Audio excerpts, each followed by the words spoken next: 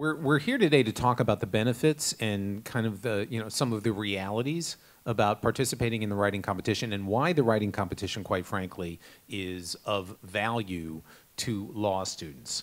The Entertainment Law Initiative is going into its 13th year. It was really intended as an opportunity to engage the legal community, which has so much to do with the modern music business, in an ongoing dialogue about issues that face the music industry.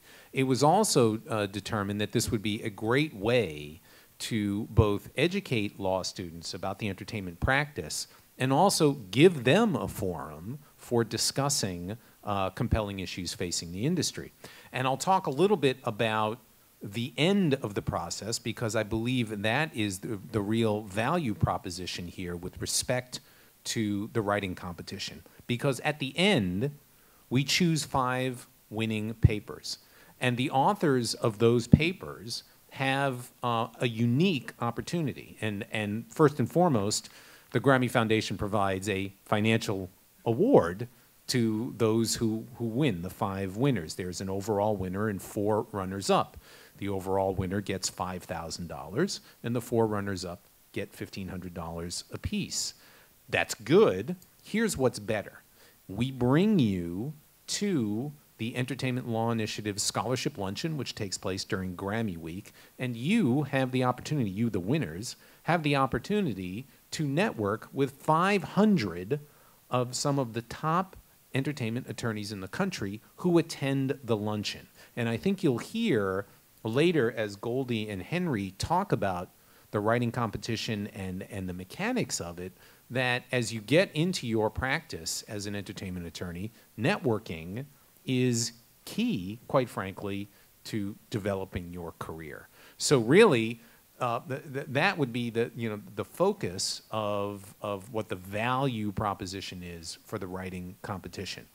Going back a little bit, the history of ELI shows that our winners over the past 12 years, and Goldie is the perfect example, have developed careers in the music industry, and in large part because of their participation through the writing competition. So really, it is truly an opportunity, and the 2 people to my left will talk about not only paper topics and what might be appropriate, but also that this is not necessarily the most daunting writing assignment that a prospective law student would have.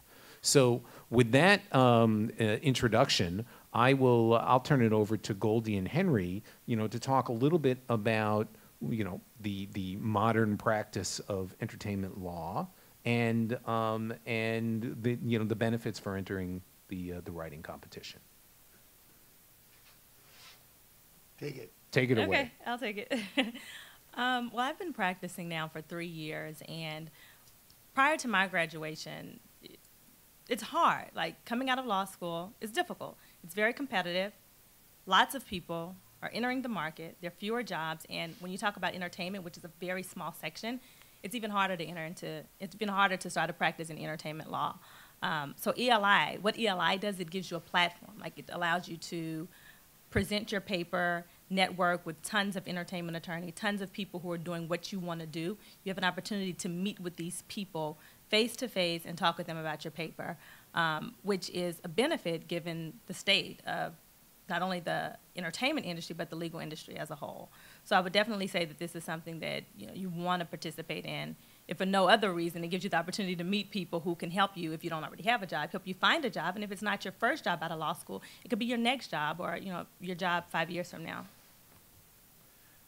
I love this program. I'll say it again, I love this program. I wish it existed when I was in law school, because unlike the usual law school writing, you get to pick a topic of your choice and you get to identify a problem and propose a solution.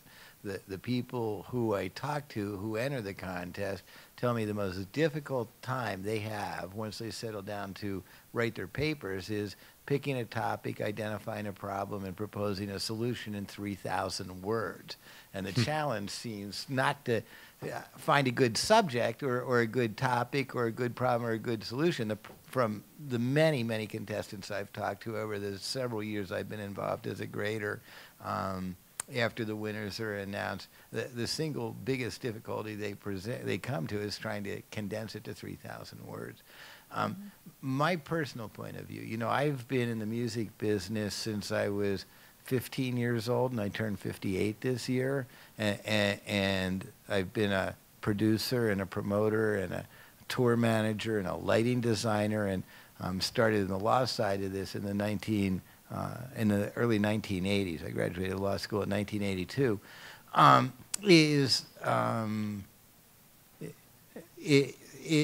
that music has never been more ubiquitous than it is today. When I graduated law school, your options pretty much were limited to, you know, started a law firm, started a record company, or started a music publishing company. And today, and what I encourage, you know, law students to do is to look at all the places music are used today. Google, Yahoo, Verizon, AT&T. You know, there are still, as I sit on this podium today, record companies and music publishers. In the traditional sense, it's anybody's guess how long some or all of them are going to be around as the industry evolves. But I think in terms of being, you know, a law student or a young lawyer, the places that one can look to try and pursue a career in the music industry have never been more numerous than they are today. It's a very, very competitive field.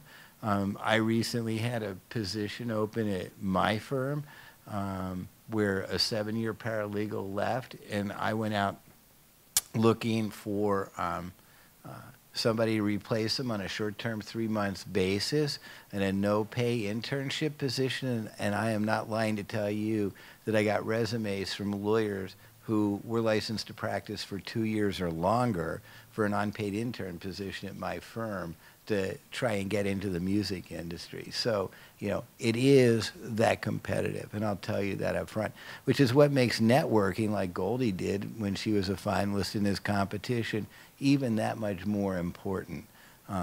It puts you ahead of the competition. Students who have been in the competition before stay in touch with me. I get periodic emails from them. I have lunches with them. I make myself available by phone to give them the benefit of whatever advice and mentoring I can, you know, and to turn them on to jobs when I hear they become available if I think somebody's qualified for a position. The other thing I'll tell you about trying to pursue a career in music or entertainment, get ready to starve, right? Because the competition's not only really high, the pay is really low. And most people I know, other than those who started at one of the big white-collar law firms, generally start in unpaid or low-salaried intern positions. They start in the mailroom, and they work their way up. And especially in these times in this economy, the pay scale for attorneys working in the music and entertainment industries, particularly in the 0 to 5, 0 to 6 year range, you know, are not competitive with what students coming out of law school get paid if they're fortunate to find jobs in other areas of employment. The entertainment industries and music in particular are industries in which my experience has been you find people who are passionate about the subject matter. You know, the primary reason people go into the practice of music and entertainment law, in my experience, has been because they're passionate music junkies and they love the subject matter of intellectual property. And making money, unfortunately or fortunately, takes a back seat to pursuing one's dreams and passions and goals of being involved, you know. I was asked recently why I do it, and I had to think about it for a second.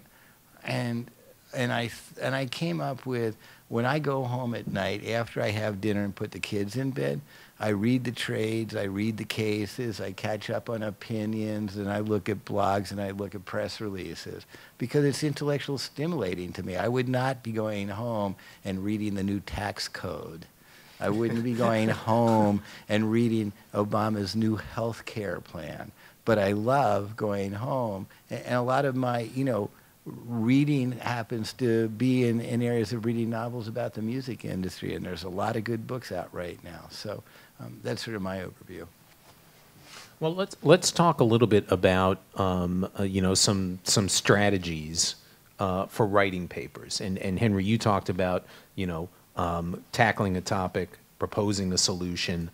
What seems to be what resonates currently in terms of the business and potential topics for papers?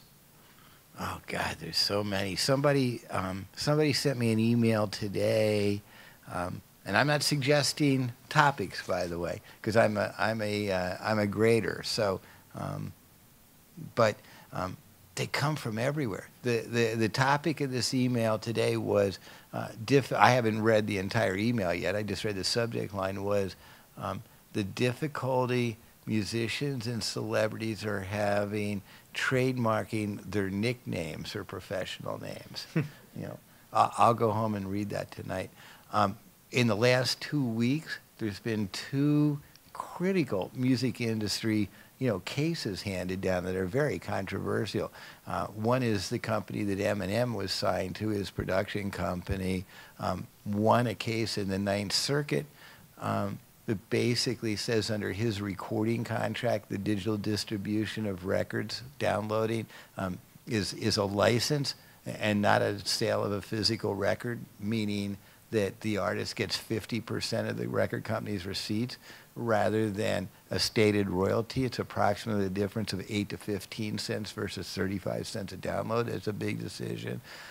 And the Bob Marley estate lost, and so that decision, curiously, was adverse to Universal, right? And then in the Second Circuit in New York, Bob Marley lost a case against Universal for pre-1978 sound recording copyrights, holding the work for hire language in Bob Marley's original contracts was basically work for hire, meaning Universal owns the masters as the author in perpetuity, and the estates get no reversionary interest in the copyrights to the sound recordings. So, you don't have to look far to find subject matter.